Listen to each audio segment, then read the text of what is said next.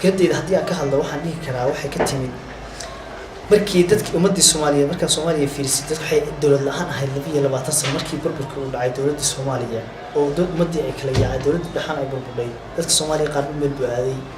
ومنها سياسة مركز دتك وحي من دت حاول نسكت الاستيارة أم قرر هالنقطين أم كريدة كلا هالنقطين ودتك أدمرها ويا صراحة هالدولة كالشاب يوم ورد كل كسوري أما دليلها نقطة ضوء ببرها ويا صوت ودتك تاكس تارك وحي نقطة مركز أي شجان للطرف الصومالي مركز وإحنا عن ناس تارك اللي قبلته تصنم حصوي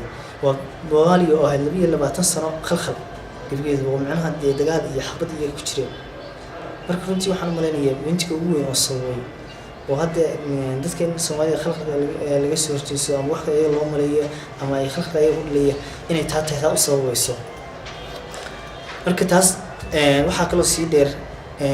hadda waddan kasta oo aad aragtid Soomaali way ku nooshahay saas ay tahay hadii sodonkaas wax ka dhacaan qof kasta oo Soomaaliya khalkhal baa galaya taasna maxaa sababay waa waddankiisii macnaha qof khalkhal soo Soomaaliya dhan baa waxay attacks ka ah oo waxa loo geeyay gurigiisa loo weerariyo oo leeyahay qof waxaan Soomaali baa ku jira kullu leh sababtoo Soomaaliya dhan baa waxay noqotay argagixiso marka sidaas aniga fikradeyda hadda ila tahay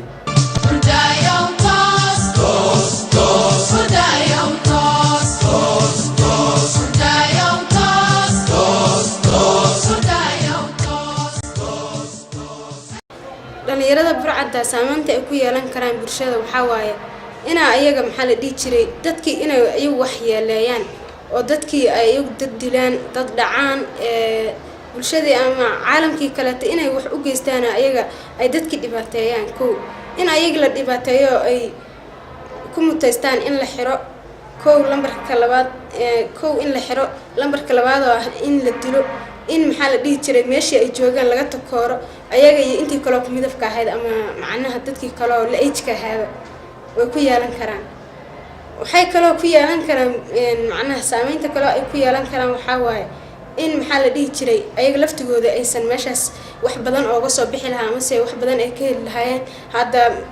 meesha aan joogno kala dhalinyaro waxa jirta wax ka barato waxbarashadaasna ayaga macnaha ku bartaan free ama soo dhaweyn lagu siiyo inay ku waayaan macnaha dadkan dad la midabta kooro dadkii bulshada ka soo canay noqdaan bay ku heli karaan waana mahadsantiin. Assalaamu calaykum.